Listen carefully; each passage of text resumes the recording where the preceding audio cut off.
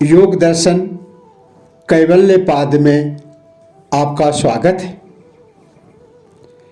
कैवल्यपाद के योग दर्शन के अंतिम पाठ का प्रत्येक 34 सूत्रों का एक एक कर व्याख्या, उसका अर्थ प्रस्तुत किया जाए। उससे पूर्व आवश्यक है कि कैवल्य क्या है, इसके विषय में कुछ महत्वपूर्ण जानकारी प्रस्तुत की जाएगी। कैवल्य शब्द का शाब्दिक अर्थ निर्लिप्त होने की अवस्था, निसंग भाव, मोक्ष या मुक्ति है। यह चारों पुरुषार्थों धर्म, अर्थ, काम, मोक्ष में सबसे उत्कृष्ट पुरुषार्थ है। अंग्रेजी में इसे फ्रीडम भी कहा जाता है। महर्षि पतंजलि ने अपने तीसरे अध्याय विभूतिपाद के योग दर्शन के विभूतिपाद के अंतिम सूत्र 56वें सूत्र में कैवल्य के विषय में बताया है। सत्य पुरुषयो शोधि साम्य कैवल्यम। सत्य पुरुषयो शोधि साम्यो कैवल्यम, अर्थात प्रकृति और पुरुष की जब समान भाव से शुद्धि हो जाती है तब कैवल्य होता है। यह संपूर्ण सृष्टि प्रकृति और पुरुष के संयोग से बनी है। जिस प्रकार वैज्ञानिक विखंडन एवं विश्लेषण द्वारा प्रकृति के रहस्यों की खोज अणु, परमाणु, इलेक्ट्रॉन्स, प्रोटॉन्स, न्यूट्रॉन्स आदि के द्वारा क्वांटम सिद्धांत तक पहुंचा है, उसी प्रकार योगी संयम द्वारा इसका ज्ञान करता है। अंतिम स्थिति में वह पाता है कि यह समस्त सृष्टि इसी प्रकृति तथा पुरुष के संयोग से बनी है। जब वह विवेक ज्ञान द्वारा इन दोनों को भिन्नता का ज्ञान कर लेता है तो यह प्रकृति अपने कारण तीनों गुणों में सत्य, रज, तम में विलीन हो जाती है तथा शुद्ध पुरुष तत्व आत्मा चैतन्य उससे भिन्न अनुभव होने लगता है।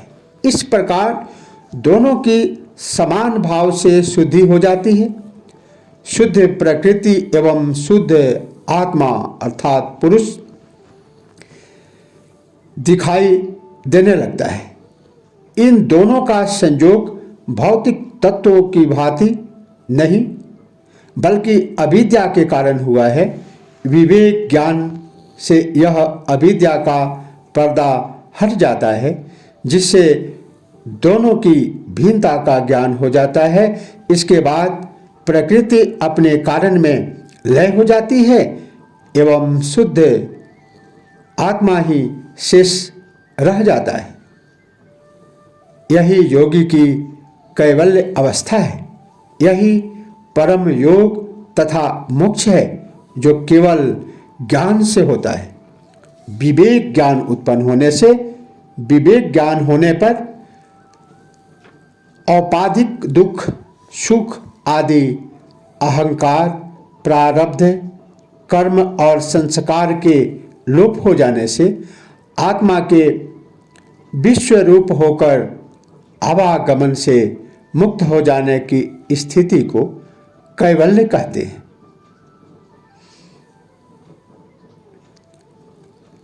विवेक ज्ञान के उदय होने पर मुक्ति की ओर अग्रसारित आत्मा के विश्व रूप में जो स्थिति उत्पन्न होती है उसी की संज्ञा कैवल्य है। वेदांत के अनुसार परमात्मा में आत्मा की लीनता और न्याय के अनुसार अदृष्ट के नाश होने के फलस्वरूप आत्मा की जन्म मरण से मुक्ता अवस्था को कैवल्य कहा जाता है। योग सूत्रों के भाष्यकार व्यास के अनुसार जिन्होंने कर्म बंधन से मुक्त होकर कैवल्य प्राप्त किया है उन्हें केवली कहा जाता है। ऐसे केवली अनेक हुए हैं। बुद्धि आदि गुणों से रहित निर्मल ज्योति वाले केवली आत्म रूप में स्थिर रहते हैं। हिंदू धर्म ग्रंथों में शुक्र, जनक आदि ऋषियों को जीवन मुक्त बताया है, जो जल में कमल की भांति संसार में रहते हुए भी मुक्त जीवों के समान निर्लेप जीवन यापन करते हैं।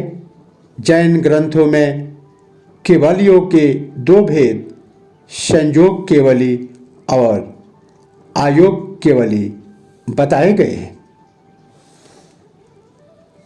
मोक्ष, केवल को मोक्ष भी कहा जाता है। मोक्ष एक दार्शनिक शब्द है जो हिंदू, बौद्ध, जैन तथा सिख धर्मों में प्रमुखता से आता है। शास्त्रों और पुराणों के अनुसार जीव का जन्म और मरण के बंधन से छूट जाना ही मोक्ष है। इसे विमोक्ष, विमुक्ति और मुक्ति भी कहा जाता है। भारतीय दर्शन में कहा गया है कि जीव अज्ञान के कारण ही बार बार जन्म लेता है और मरता है। इस जन्म मरण के बंधन से छूट जाने का ही नाम मोक्ष है। जब मनुष्य मोक्ष प्राप्त कर लेता है तब फिर उसे इस संसार में आकर जन्म लेने की आवश्यकता नहीं होती। मोक्ष के बारे में बताने वाले मुख्य हिंदू दर्शन बौद्ध दर्शन, जैन दर्शन, भारतीय दर्शन है। शास्त्रकारों ने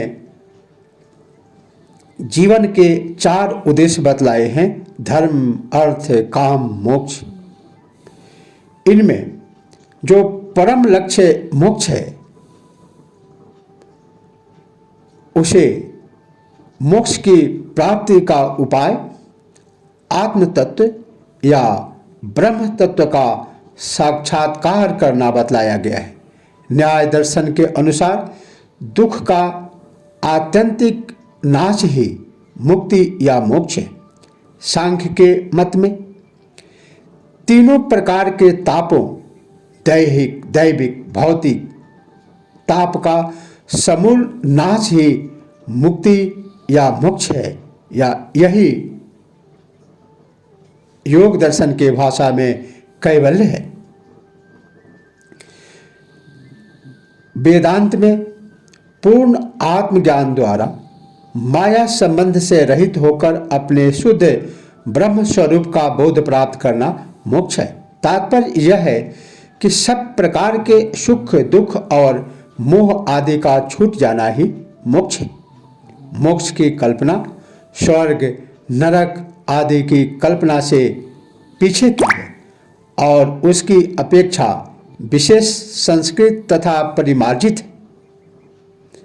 स्वर्ग लोक की कल्पना में यह आवश्यक है कि मनुष्य अपने किए हुए पुण्य व शुभ कर्म का फल भोगने के उपरांत फिर इस संसार में आकर जन्म ले। इससे उसे फिर अनेक प्रकार के कष्ट भोगने पड़ेंगे। यह पर मोक्ष की कल्पना में यह बात नहीं है। मोक्ष मिल जाने पर जीव सदा के लिए सब प्रकार के बंधनों और कष्टों आदि से छूट जाता है। भारतीय दर्शन में नश्वरता को दुख का कारण माना गया है। संसार आवागमन, जन्म, मरण और नश्वरता का केंद्र है। इस अविद्याकृत प्रपंच से मुक्ति पाना ही मोक्ष है। प्रायः सभी दार्शनिक प्रणालियों ने संसार के दुखमय स्वभाव को स्वीकार किया है और इससे मुक्त होने के लिए कर्म मार्ग या ज्ञान मार्ग का रास्ता अपनाया है। मोक्ष इस तरह के जीवन की अंतिम परिणति है। इसे पारमार्थिक मूल्य मानकर जीवन के परम उद्देश्य के रूप में स्वीकार किया गया है। मोक्ष को वस्तु सत्य के रूप में स्वीकार करना कठिन है। फलतः सभी प्रणालियों में मोक्ष की कल्पना प्रायः आत्मवादी है। अंततोगत्वा यह एक वैयक्तिक अनुभूति ही सिद्ध हो पाता है। यद्यपि विभिन्न प्रणालियों ने अपनी अपनी मीमांसा के अनुसार मोक्ष की, मुक्ति की, फ्रीडम की, कैवल्य की अलग अलग कल्पना की है, तथापि अज्ञान दुख से मुक्त हो सकता है। इसे जीवन मुक्त कहेंगे, किंतु कुछ प्रणालियों जिनमें न्याय, वैशेषिक एवं विशिष्टाद्वैत उल्लेखनीय है, जीवन मुक्ति की संभावना को अस्वीकार करते हैं। दूसरे रूप को विदेह मुक्ति कहते हैं, जिसके सुख दुख के भावों का विनाश हो गया हो, वह देह त्यागने के बाद आवागमन के चक्र से सर्वदा के लिए मुक्त हो जाता है। उसे निग्रहवादी मार्ग का अनुसरण करना पड़ता है। उपनिषदों में आनंद की स्थिति को ही मोक्ष की स्थिति कहा गया है, क्योंकि आनंद में सारे द्वंद्वों का विलय हो जाता है। यह अद्वैतानुभूति की स्थिति है। इसी जीवन में इसे अनुभव किया जा सकता है।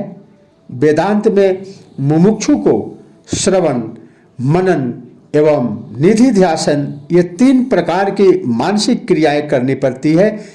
इस प्रक्रिया में नाना तत्व का जो अविद्याकृत है विनाश होता है, और आत्मा जो ब्रह्म स्वरूप है, जिसका साक्षात्कार होता है, मुमुक्षु तत्त्वमसि से अहम ब्रह्मास्मि, अहम ब्रह्मास्मि ऐसे आभास कर अहम ब्रह्मास्मि की ओर बढ़ता है। यहाँ आत्म साक्षात्कार को ही मोक्ष माना गया है। वेदांत में यह स्थिति जीवन मुक्ति की स्थिति है। मृत्यु उपरांत वह ब्रह्म में विलीन हो जाता है। ईश्वर बाद में ईश्वर का सानिध्य ही मोक्ष है। अन्य दूसरे वादों में संसार से मुक्ति ही मोक्ष है। लोकायत में मोक्ष को अस्वीकार किया गया है। आज इतना ही। आगे कैवल्यपाद के एक एक सूत्रों का हिंदी में अर्थ और व्याख्या तथा अंत में पूरे कैवल्यपाद के सभी सूत्रों का हिंदी में अर्थ तथा हिंदी, संस्कृत और अंग्रेजी तीनों भाषाओं में अनुवाद प्रस्तुत किया जाएगा। तब तक के लिए ओम नमः शिवाय। जय श्री कृष्ण।